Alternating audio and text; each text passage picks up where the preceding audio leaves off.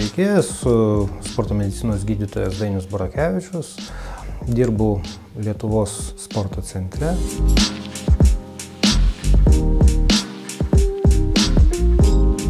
Nuo 16 metų, 16 imtinai jau gali atvykti savarankiškai, nes reikalingas yra tėvų sutikimas, kad mes galėtumėme apžiūrėti jų nepilnametį vaiką.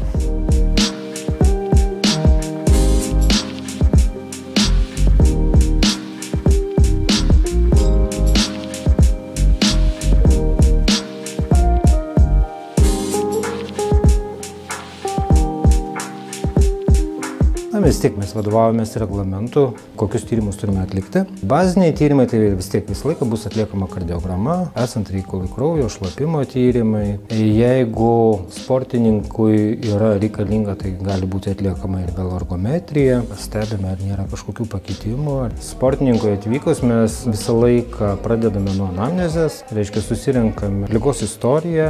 Žmogaus organizme nėra nesvarbių dalykų, bet sportininkų vienas svarbiausių organų sistemų, tai yra širdies kraujagyslių sistema. Atidesnis tikrinimas būtent širdies kraujagyslių sistemos. Stengiame sportininkui kiekvieną kartą atlikti kardiogramą ramybėje.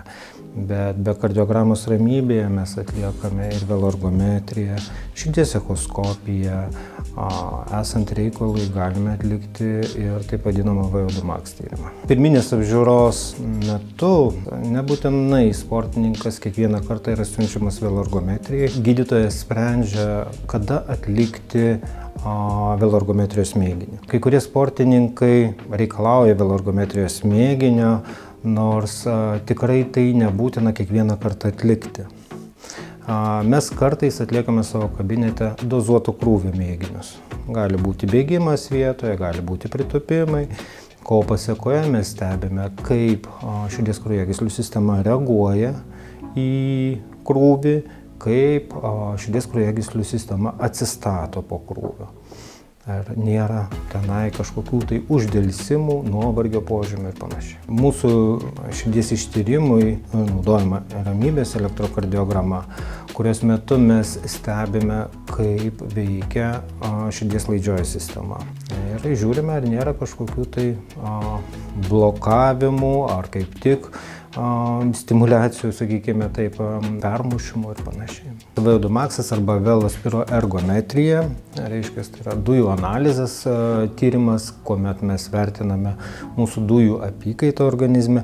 Jisai atliekamas įvairaus amžiaus žmonėms, tačiau dėl aparatūros, sakykime, ypatumų vaikams yra gana sudėtinga jį atlikti, nes gan sunku užfiksuoti, elektrodai yra didesni ir taip toliau. Mes dažniausiai darome suaugusiems, dėl to, kad sportininko stažas irgi daug ką lemia, kokie bus tie VO2 max rezultatai. Šito tyrimo metu mes stebime, kuomet dujų apykaita kinta organizme. Tai reiškia, mes ieškome taip vadinamų slenksčių. Pirmas slengstis tai yra, kuomet mūsų deguonies sistema dirba efektyviausiai. Antras slengstis, kuomet mūsų organizme pasiekiamas toks dujų balansas, kuomet deguonies įsisavinimas pradeda didėti intensyviau, negu kad mes gebame pasiimti tos deguonies. Formuojasi tam tikras deguonies deficitas ir nuo tada organizmas paprasčiausiai labai greitai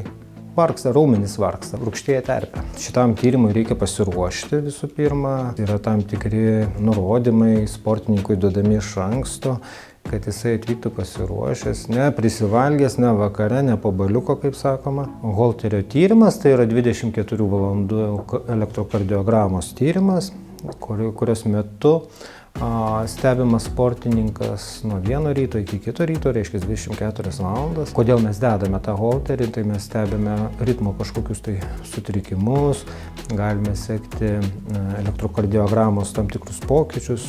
Gydytojai skiria šitą tyrimą tam, kad matytų, kokie pokyčiai vyksta paros bėgyje. Mes holterį leidžiame naudoti ir sporto metu. Mums yra aktualu, kas vyksta ir fizinio krūvio metu, kas vyksta po fizinio krūvio. Tai mes iš tikrųjų tą aparatą leidžiame naudoti. Atvykstant į patikrinimą, siūlyčiau turėti su savimi šlapimo indelį ir esant reikalui gydytojas nukreips atlikti šitą tyrimą, nukreips ir kraujo tyrimą atlikti, jeigu matys, kad yra reikalas. Aišku, geriausia, kad prieš kraujo tyrimą būtumėte nevalgę, reiškia, neprisigėrę daug skysčių ir tada bus galima atlikti kraujo šlapimo tyrimus tą pačią dieną. Lietuvos sporto centre, reiškia, sportininkas norėdamas gauti pažymą čia ir dabar neturėtų taip nusiteikti, kadangi gydytojas sprendžia, ar ta pažyma gali būti pasirašoma tą pačią dieną. Kad tą pačią dieną pasirašyti, tai turėtų labai gerai iškristi kortos, reiškia, turėtų būti ir specialistai laisvi, ir tinkami specialistai, ar yra laisvų laikų ir panašiai, kaip ir visose gydymo įstaigose, kaip manau.